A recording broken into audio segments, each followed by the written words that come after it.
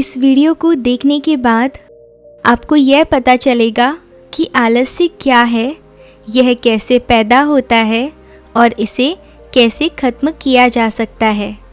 तो चलिए शुरू करते हैं महात्मा बुद्ध और एक आलसी व्यक्ति की कहानी, जिसमें महात्मा बुद्ध ने यह बताया है कि आलस्य क्या है और यह कैसे पैदा होता है और इसे कैसे दूर किया जा सकता है। एक दिन गौतम बुद्ध अपने ध्यान में बैठे थे। उसी वक्त वहाँ पर एक आदमी आया। वह आदमी अपने आलसीपन से बहुत ही ज़्यादा परेशान था। आलसी आदमी गौतम बुद्ध से बोला, महात्मा जी, मेरी मदद कीजिए, मैं अपने आलस्य से बहुत ज़्यादा परेशान हूँ। आप ही कोई उपाय बताइए जिससे कि मैं अपने आलस्य से छुटकारा पा सकूं। गौतम बुद्ध ने उस आदमी से कहा, पहले मुझे यह बताओ कि तुम्हें क्यों लगता है कि तुम आलसी हो। वह आदमी बोला, भगवान, सिर्फ मुझे ही नहीं, मेरे परिवार वालों को और मेरे आसपास के लोगों को भी ऐसा ही लगता है कि मैं आलसी हूँ। गौतम बुद्ध ने उससे फिर पूछा, क्या तुम जानते हो आलस क्या होता है? नहीं, मैं नहीं जानता, किंतु मैं इतना ज़रूर जानता हूँ कि आलस्य बहुत बुरी चीज़ है। इसकी वजह से मुझे बहुत नुकसान हुआ है अपने जीवन में। इस पर गौतम बुद्ध बोले कि जिस परेशानी से तुम छुटकारा पाना चाहते हो, पहले उसके बारे में पूरी जानकारी ले लो, तो उससे छुटकारा पाना आसान हो जाएगा। इस पर वो आदमी बोला कि भगवान, इतनी बुद्धि तो मुझ में नहीं है, आप ही मुझे समस्या के बारे में जानकारी दीजिए। गौतम बुद्ध बोले, आलस्य एक मानसिक अवस्था है, एक विचार है जिसे अनजाने में हम खुद ही जन्म देते हैं। आलस्य दो मूलभूत कारणों की वजह से जन्म लेता है। पहला है शारीरिक और दूसरा है मानसिक। शारीरिक कारणों में पहला कारण है गलत तरह का भोजन। हम सभी जानते हैं कि हमारे शरीर को भोजन से ऊर्जा मिलती है और यह ऊर्जा सजीव चीज़ों से मिले तो अच्छी होती है, यानी प्राकृतिक रूप से जो हमें भोजन की वस्तुएं प्राप्त होती है, उनसे अगर यह ऊर्जा मिले तो हमारा शरीर इससे अच्छी ऊर्जा प्राप्त करता है। और इसके विपरीत यदि हम निर्जीव वस्तुओं से ऊर्जा प्राप्त करते हैं तो यह हमें आलस्य की ओर ले जाती है। दूसरा कारण, हमारी शारीरिक गतिविधियां भी हमें आलस्य के चंगुल में फंसा सकते हैं। गौतम बुद्ध ने आलसी व्यक्ति को अपने शिष्यों की तरफ इशारा करते हुए कहा कि देखो, इनके चलने फिरने, उठने बैठने के तरीकों में तुम्हें कुछ अलग सा नज़र आ रहा है। जब आलसी व्यक्ति कुछ समझ नहीं पाया, तब गौतम बुद्ध ने उससे कहा कि कोई बात नहीं, मैं बताता हूँ। मेरे शिष्य जब भी बैठते हैं तो वे रीढ़ की हड्डी को एकदम सीधा रखते हुए बैठते हैं। चलते हैं तो उनके दोनों पैरों के बीच अच्छे से संतुलन बना रहता है और जब सोते हैं तो उनका शरीर एकदम शीतल रहता है। ऐसा करने से उन्हें रात्रि में एकदम सही तरीके से नींद आती है। आलसी व्यक्ति बोला, लेकिन नींद तो आलस्य का ही एक स्वरूप है।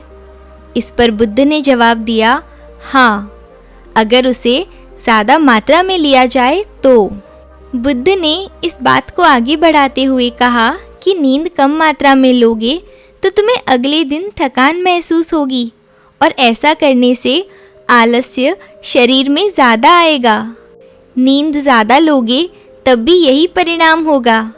इसीलिए नींद को न ज़्यादा न कम, एकदम सही मात्रा में लेना अति आवश्यक है।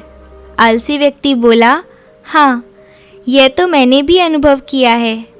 भगवान बुद्ध बोले, अब मानसिक कारणों के बारे में भी जान लो।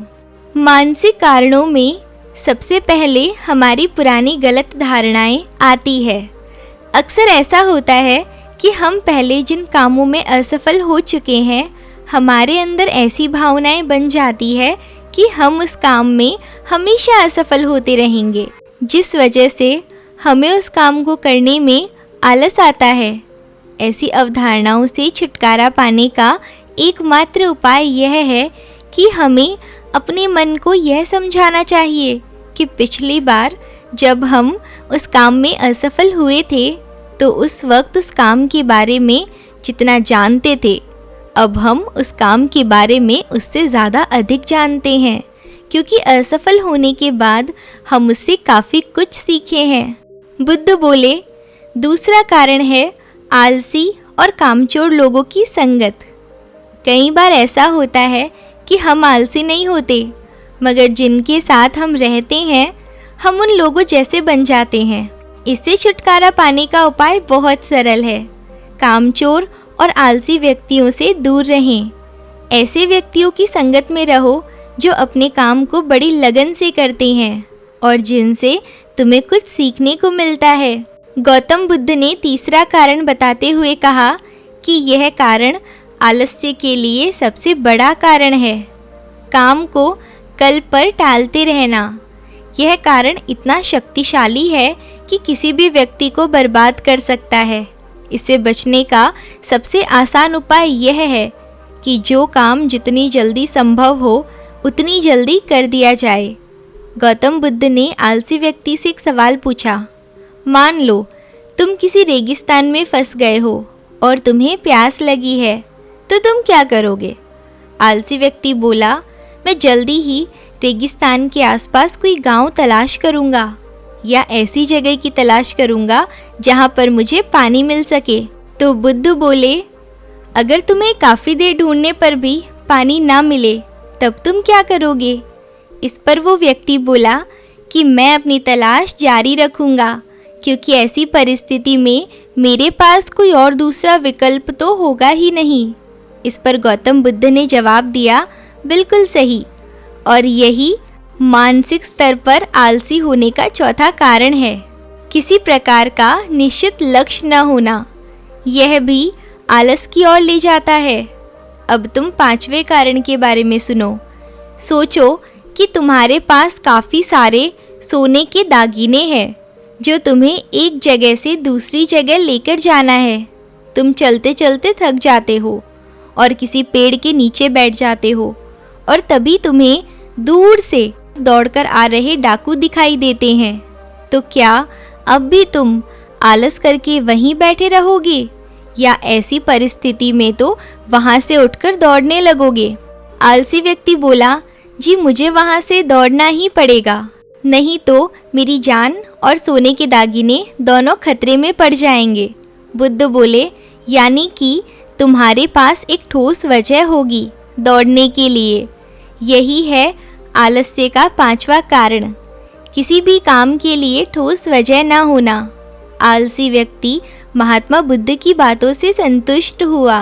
वो बोला, महात्मा जी, अब मैं आलस्य के बारे में सब कुछ जान चुका हूँ और अब मैं इन कारणों पर काम करूँगा और अपने आलस्य को दूर भगा दूँगा।